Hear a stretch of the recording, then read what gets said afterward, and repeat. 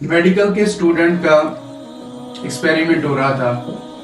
Medical के professor तशरीफ लाए और उनके सामने लैब में एक डॉग की डेड बॉडी रखी गई।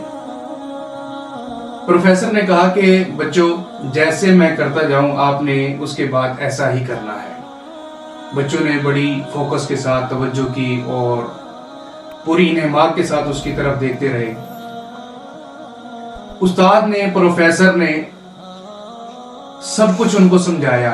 आखिर में उस प्रोफेसर ने अपनी उंगली जो है, अपनी फिंगर जो है, उस डॉग के नोज में डाल दी और डालने के बाद उसको मुंह में डाल दिया। अब जब बच्चे देख रहे थे तो कराहत भी महसूस हो रही थी, जिस तरह कि आपको सुन के कराहत महसूस हो रही है। उन्होंने देख के उससे कराहत, नफरत का इजहार किया। तो अब प्रोफेसर ने कहा कि जैसे मैंने किया है वैसे करके दिखाओ। अब स्टूडेंट जो है सारे परेशान थे, कैसे किया जाए।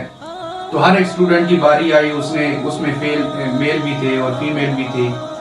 तो उन्होंने उंगली उसमें डाली, अपनी फिंगर उसमें नोज में डाली और अपने मुंह में डाल दी। तमाम स्टूडेंट ने ऐसा ही किया। आखिर में प्रोफेसर ने कहा, मुझे यूं महसूस हुआ है कि आपने पूरी तरह से तवज्जो नहीं की।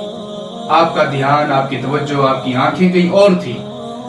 असल माजरा ये था कि मैंने जब इसकी नोज में फिंगर डाली थी वो मेरी ये फिंगर थी, और जब मैंने अपने मुंह के अंदर फिंगर डाली थी मेरी ये फिंगर थी। तो देखें, हम कभी कभार हमारी आंखें धोखा भी खा जाती हैं। कभी कभार हम देखते कुछ हैं और करते कुछ हैं। कभी कभार दिखाने वाला कुछ दिखा रहा होता है और हम जो देख रहे होते हैं वो कुछ और होता है। तो हमें अपनी पूरी तहकीक करनी चाहिए, पूरी रिसर्च करनी चाहिए। उसके बाद हम जो है ना किसी मकाम तक पहुंच सकते हैं। हमारी ये छोटी छोटी गलतियों की वजह से, आंखों के धोखे की वजह से या कान की समात की कम होने की वजह से हम बहुत बड़ी गलतियां